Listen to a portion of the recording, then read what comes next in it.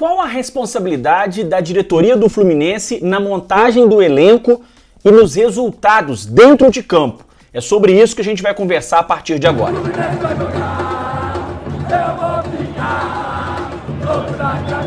Obrigado a você que mais uma vez nos acompanha aqui no canal Ligados no Flu. Eu sou o Rodrigo Dias, sou jornalista e sou torcedor do Fluminense. Obrigado pela sua presença, obrigado pela sua inscrição. Cada vez mais amigos vão se juntando a nós para poder fortalecer ainda mais o meu trabalho, o nosso trabalho, trocar ideias, trocar opiniões, debater sobre o Fluminense, debater sobre o futebol. Muito obrigado. E se você não é inscrito ainda, faça a sua inscrição, ative o sininho para receber as notificações de novos vídeos, compartilhe este vídeo e também deixe a sua opinião para eu saber o que você pensa sobre o que eu disse e sobre o momento que o Fluminense está vivendo. Vamos falar agora sobre a montagem desse elenco, porque o Fluminense vive o seu pior momento na temporada. Em nenhum momento em 2022 o Fluminense perdeu 3 jogos seguidos. Momento preocupante, faltam 7 partidas para o fim do Campeonato Brasileiro e a tão sonhada vaga direta para a Libertadores da América começa a ficar ameaçada porque o Atlético Mineiro, que estava 11 pontos atrás do Fluminense, começa a se aproximar de forma perigosa. Agora o Atlético está 4 pontos só atrás do Fluminense e o Fluminense dos próximos 7 jogos faz 4 fora de casa. E dos 3 em casa, um deles é o clássico contra o Botafogo. O Fluminense não vai ter uma tabela fácil, não tem vida fácil até o final, do Campeonato Brasileiro. Tem que fazer pelo menos a metade dos pontos para permanecer no G6 e garantir a vaga direta para Libertadores da América do ano que vem. Bom, se a gente for falar sobre a montagem do elenco do Fluminense, claro que a gente tem que apontar os erros da atual diretoria. E antes de eu começar a falar, eu queria fazer uma advertência para caso alguém imagine que o meu discurso aqui tem a ver com as eleições do Fluminense. Não tem nada a ver com as eleições, não é um discurso político. Sabe por quê, gente? Nem no Rio de Janeiro eu moro.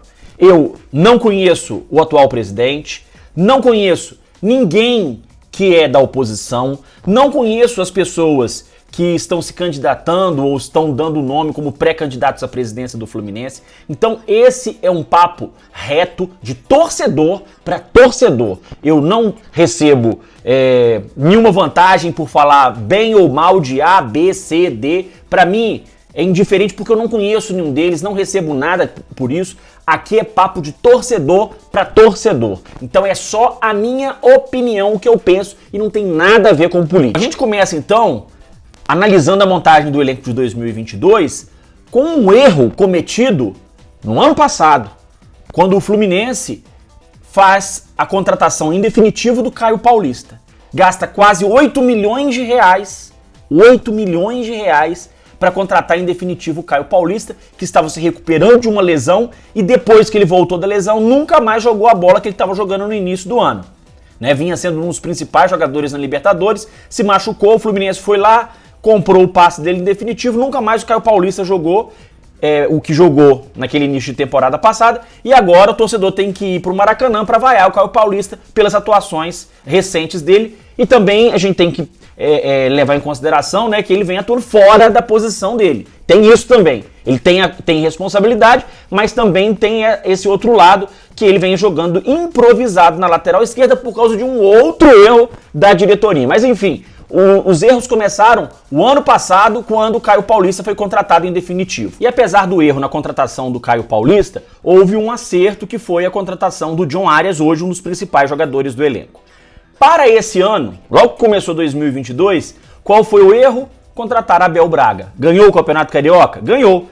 Mas tanto é verdade que o Abel não era o técnico ideal para comandar o Fluminense, que ele foi demitido logo depois. Não conseguiu a classificação para fase de grupos da Libertadores, não conseguiu a classificação para segunda fase da Sul-Americana. Aí alguns vão dizer, mas quando foi eliminado, o técnico já era o Fernando Diniz, verdade. Mas o Diniz dirigiu o time em apenas 3 jogos. Porque os 3 primeiros jogos do Fluminense na Copa Sul-Americana com o Abel foram um desastre. O Fluminense só ganhou um jogo. Todo mundo se lembra disso, não é? Então, o que acontece?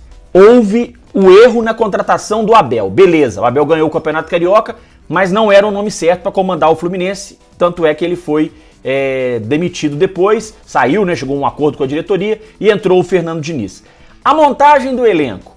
O Fluminense apostou em jogadores veteranos, como William Bigode, Felipe Melo e o Fábio. O Fábio tem responsabilidade nessas últimas 3 derrotas? Não tem. Pelo contrário. Contra o América, por exemplo, ele salvou. Se não fosse o Fábio, tinha sido uma goleada no Maracanã. Só que o Fluminense não precisava de goleiro. O Fluminense tinha o Marcos Felipe. Então gastou-se dinheiro em um jogador que não era prioridade no elenco. E foi investido um dinheiro alto no Bigode e no Felipe Melo, jogadores que não corresponderam a temporada inteira. O Felipe Melo, inclusive, passou um belo período aí se recuperando de uma contusão e depois que voltou, né, tem cometido várias falhas e a torcida não tem perdoado. O Fluminense manteve no elenco o Wellington, que a torcida não aguenta, e o Matheus Ferraz, que agora, por infelicidade, claro, acabou se contundindo e a gente não sabe como é que vai ficar a questão contratual dele. O contrato dele ia terminar, o Fluminense foi lá, resolveu prorrogar, ele se machucou e agora a gente não sabe se o Fluminense vai ter que prorrogar de novo o contrato dele, porque é uma questão trabalhista, o Fluminense vai ter que dar assistência médica para o jogador, claro, isso é óbvio, tem que cumprir a lei. Mas são 2 jogadores que o Fluminense não precisava ter mantido no elenco, poderia ter liberado, não liberou, manteve os 2 jogadores no elenco e eles estão aí. O Matheus Ferraz, inclusive, acho que esse ano só jogou um jogo, se eu não estou enganado. O Wellington entrou algumas vezes, a última, aquela desastrosa eliminação para o Corinthians na Copa do Brasil.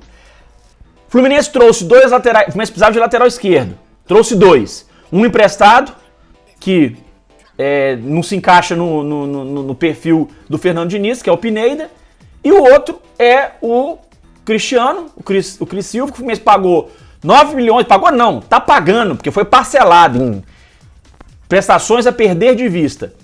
9 milhões pelo Cristiano, que é um jogador que gera tanta insegurança no Diniz, que ele teve que foi obrigado a escalar, improvisar um atacante de lateral esquerdo. São os 2 laterais que o Fluminense trouxe. Para a direita, que a gente precisava de lateral direito, não trouxe ninguém.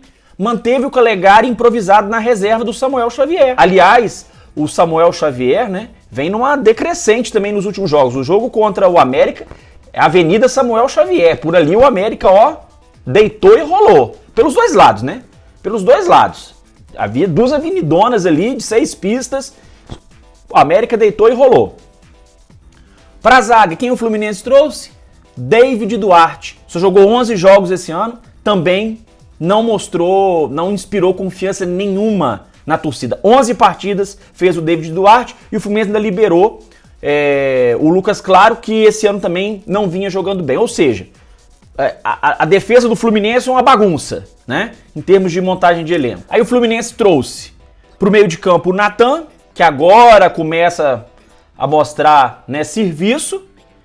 Trouxe o Cano de atacante, esse foi um acerto. E mais nada. Sabia que ia perder o Luiz Henrique. Sabia que ia perder o Fred. O Fred, ele pode, nesse final, reta final aí da carreira dele, não estava no melhor da forma física, mas a liderança do Fred ali no vestiário, né, a presença dele, tudo aquilo ali servia de motivação para os jogadores e inspiração para os meninos, para a garotada e tal. Então, assim, o Fluminense não se preparou para perder, principalmente o Luiz Henrique, não se preparou para perder o Fred, foi surpreendido quando perdeu o Natan, e aí foi uma jogada de mestre do Internacional, porque o Internacional estava ali, na briga direta com o Fluminense, o jogador era dele, o Inter viu a oportunidade não só de fazer dinheiro, como desfalcar um adversário direto na briga pela Libertadores. Jogada de mestre do Inter. E o Fluminense não estava preparado. Então, de todas as contratações do Fluminense, a única certa foi a do Cano. Né? E que, na verdade, não era o Cano que era para ter vindo. Todo mundo se lembra disso. Quem era para ter vindo era o Ricardo Goulart, que recusou o Fluminense. Como o Ricardo Goulart recusou, né, ficou demorando, enrolando para dar uma resposta, o Fluminense foi lá, precisava resolver rápido, porque tinha que inscrever os jogadores na Libertadores, contratou o Cano. Mas ele ia contratar o Ricardo Goulart, não era o Cano. Então, assim, um elenco totalmente desconjuntado, um elenco mal montado, com Eu faço uma pergunta para vocês, meus amigos. Se o Ganso não jogar, tem substituto pro Ganso? Se o Cano não jogar, tem substituto pro Cano? Se o John Arias não jogar, tem substituto pro John Arias? Não tem. Não tem. Não tem. Então, assim, o elenco do Fluminense é uma bagunça. E aí é que a gente cobra o quê? Explicações. Os dirigentes têm que vir a público dar explicações. Cadê o Paulo Agione? Cadê o presidente Mário? Eles têm que fazer uma entrevista coletiva, têm que dar satisfação pro torcedor. A entrevista coletiva do Diniz durou 3 minutos, pouco mais de 3 minutos. Cadê os dirigentes para darem uma explicação pro torcedor? Eles cobraram dos jogadores? Eles estão fazendo alguma coisa em relação ao elenco já pro ano que vem? Estão pensando em contratações, em dispensa? O que eles estão fazendo? Ah, tem a eleição, mas tem que se programar, meu amigo. Tem que se planejar. Tem que deixar, se essa diretoria não for ficar, tem que deixar as coisas mais ou menos encaminhadas para a próxima diretoria. Não pode ficar esperando. Não pode ficar esperando. Tem alguma coisa que tem que começar a ser planejada. Ó, fulano, você vai ficar. Fulano, você não vai ficar. Fulano, a gente vai te negociar. Fulano, a gente vai te vender. Ó, departamento de scout. Próximo presidente aqui, ó. Nós fizemos essa lista aqui, ó. Tem fulano, fulano, fulano, fulano, tudo garoto novo para poder jogar. Na base, a gente tá subindo fulano, fulano, fulano. O ano que vem, eles vão ser incorporados ao elenco principal. Alguém tem que dar uma explicação. Alguém tem que vir a público dizer por que o Cristiano foi contratado por 9 milhões de reais. Alguém tem que explicar por que o Marrone foi contratado. Alguém tem que explicar por que o Alan foi contratado. As reposições que o Fluminense fez no meio do ano, na janela de transferências, foi péssima. Foi péssima. O Alan não jogou até agora. Dizem que ele está recuperado, mas não jogou. Contra o América não foi nem relacionado. O Marrone não acrescentou nada. Nada. Cadê os dirigentes do Fluminense? Eles precisam dar uma explicação. Precisam dar uma explicação. Nós, torcedores, merecemos saber. Nós merecemos saber. Então, é isso, meus amigos. É isso. Esse bate-papo aqui é pra gente fazer uma análise. Se vocês discordam de mim, tudo bem. Deixem a sua opinião aí que a gente vai debater. Mas é o que eu penso. É o que eu penso. Se vocês não concordam, deixem a sua opinião. Se concordam também, né, manifestem-se nos comentários aí pra gente poder debater. Porque tá complicado. Tá complicado. E assim, os próximos jogos vão ser muito difíceis. E não há garantia da permanência do Fernando Diniz.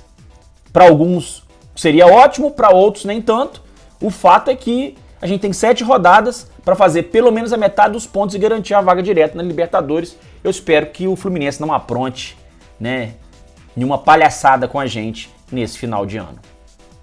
Meus amigos, um grande abraço, até a próxima. Saudações tricolores.